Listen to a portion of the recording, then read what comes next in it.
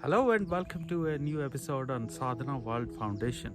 As you know, we care about crafting young lives. We present them stories drawn from the lessons in history, folk tales, and mythology, which are anchored on moral values. We think that these stories contain a tremendous amount of moral teachings which our young adults and young children can adapt and become stronger and better human beings. Today, we are going to talk about His Majesty's enemy, Subhash Chandra Bose. Some lessons, some chapters of history teaches us so much about his thinking.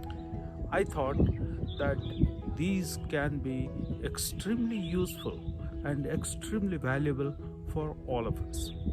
We are talking about 1940s, late 30s, where India as a nation in the stage of the entire world wasn't where it is today. And Subhash Chandra Bose had a strong conviction that India can become free only through military means. He didn't align his thoughts with Mahatma Gandhi's. He wanted to build a military power, he wanted to fight with the British and win freedom for our country militarily.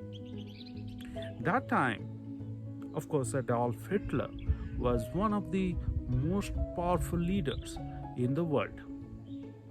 Think of Subhash Chandra Bose with limited knowledge of German, could venture into Germany, could find an opportunity to meet Hitler and discuss things about Indian freedom.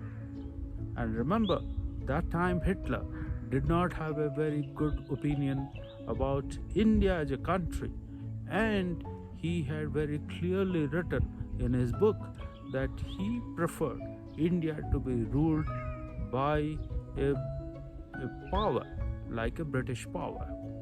He preferred European supremacy.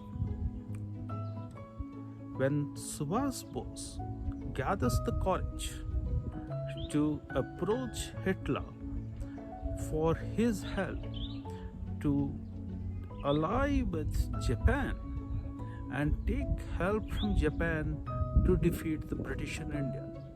Imagine the kind of odds that he was battling against.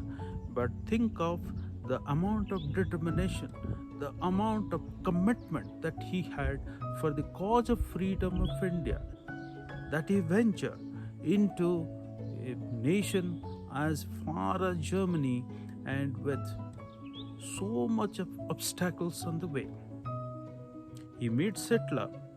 He is able to convince him only on one thing, that Hitler is able to organize a submarine for him to move from Germany and reach Japan.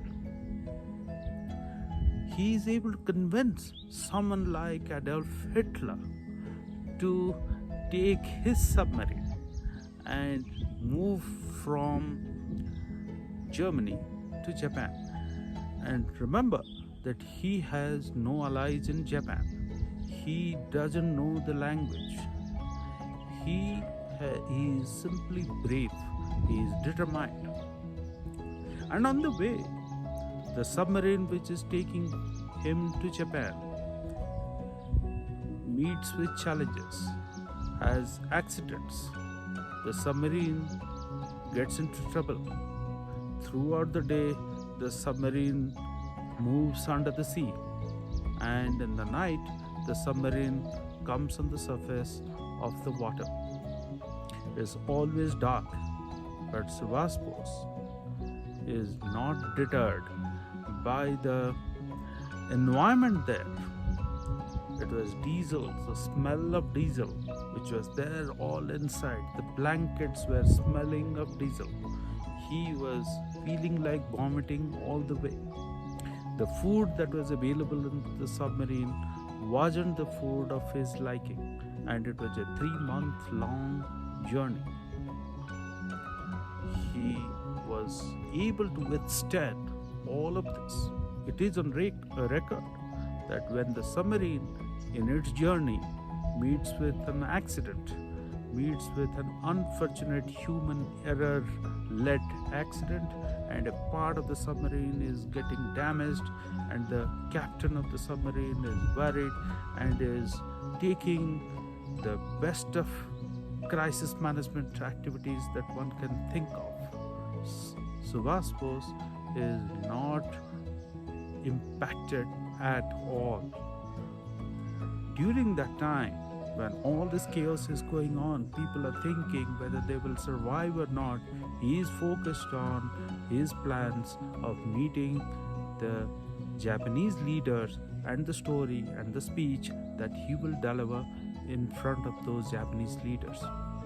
After the event, the submarine is saved, but after the event, the captain tells all his crew members, giving the example of Subhash Bose about the calmness with which, the focus with which he was going about doing his work. He was not at all impacted. Think of the more mental fortitude that he had, the strength that he had, the belief that he had in the cause of freedom of India, and the way that he believed to be the right way, and he was completely committed to it, and he was pursuing that without any obstacle, without caring for anything in this world. He reaches Japan and he is able to discuss with the Japanese leadership, and he is able to then make his next moves. Of course, in 1945, apparently he passed away. He was terribly injured. He knew that he is not going to survive. As per certain versions of history, he was still confident. He was still giving advices, instructions to his ADC who was traveling with him, that let the message come to India that Subhash Bose fought till the end of his life, and this revolution must continue and India will become free. That was a kind of determination. In chapter number 16, Srimad Bhagavad Gita, Lord Sri Krishna describes 26 noble qualities. One of them is dhriti, which means fortitude. That's the belief that one has in the cause, the belief of the commitment to the cause of good and standing for it consistently.